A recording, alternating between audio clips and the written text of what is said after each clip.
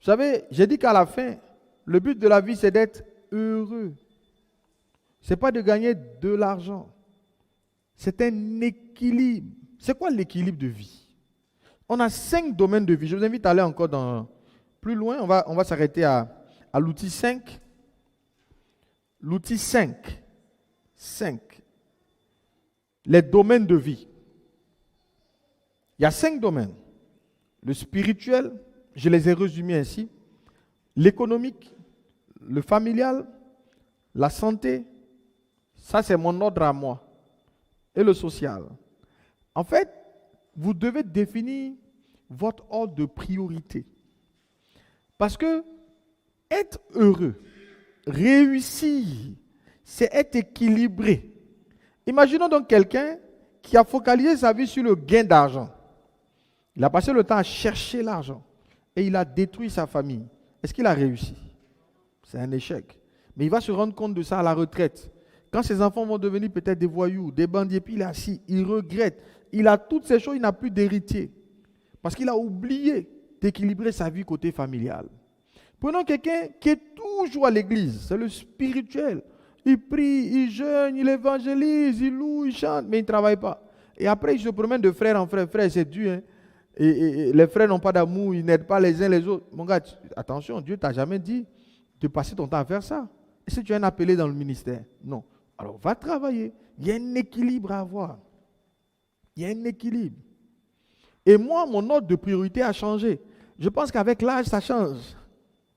Avant, voilà mon ordre de départ. Le spirituel. Et pour moi, la famille et le travail sont au même niveau. Moi, je n'accorde pas plus d'importance à mon travail qu'à ma famille qu'à mon travail. Pour moi, les deux sont au même niveau. J'accorde la même intensité d'énergie à bâtir ma famille qu'à bâtir mes entreprises. Et c'est pourquoi je veux que ma femme vienne travailler avec moi. Là, j'ai le tout en un.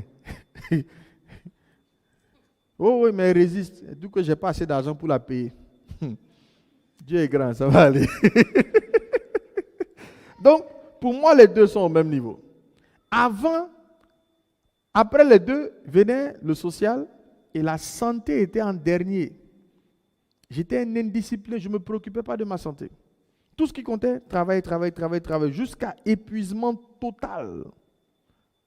Après 40 ans, en tout cas, je vous conseille, ceux qui n'ont pas encore 40 ans, il faut commencer à vous discipliner. Il faut vous mettre au sport, à l'alimentation saine, au repos. Parce que quand 40 ans vient, bon, on n'aime pas entendre ça, nous les chrétiens. L'idée de mort nous fatigue trop. Mais bon, je vais en parler comme je ne suis pas pasteur. La Bible dit que l'espérance de vie d'un homme, c'est 120 ans. C'est ça? Mais généralement, la moyenne maximale, là, ça va tourner autour de 80. On est d'accord, hein? 80. Si on vit 80 ans, ça veut dire que si tu fais 40 ans, tu as fini la première moitié.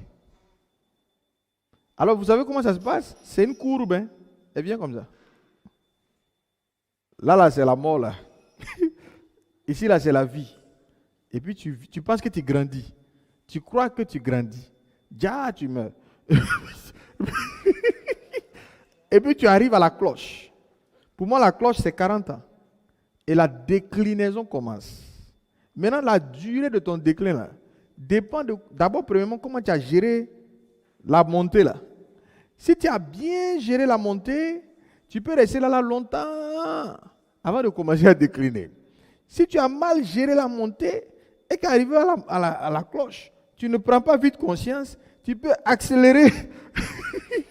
La pente peut aller très vite. Donc, il y a un travail de discipline à faire en mettant la santé au cœur. Ce que tu manges, ton repos, ton sport et tes visites médicales. Moi, c'est maintenant que j'ai commencé à aller à l'hôpital. Je gérais mes bobos par la foi. Non, ça va aller. Regarde, tu blanchis, non?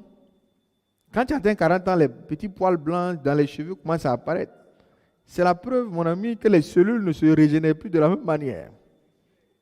Tu as beau prier en langue, c'est inéluctable. Non, c'est un fait. Il faut prier. La prière en langue peut donner plus de tonus. Mais si tu pries que tu ne te disciplines pas, au contraire même, tu vas t'épuiser davantage. Il faut bien manger, il faut se reposer, il faut prendre soin de sa psyché. Quelqu'un qui est tout le temps stressé, tout le temps angoissé, Tout le temps peur. Vous savez que chaque sentiment négatif entraîne ce qu'on appelle l'oxydation des cellules. C'est-à-dire que tu vieillis. Quand tu as peur un coup, là, souvent tu arrives à des peurs qui t'envahissent comme ça. Tu sens que ton corps même est irradié. Tes cellules viennent de vieillir comme ça. Donc toi, tous les jours, tu es... Attention. Et pour moi, avant, la santé n'était même pas un élément. Maintenant, c'est devenu une priorité.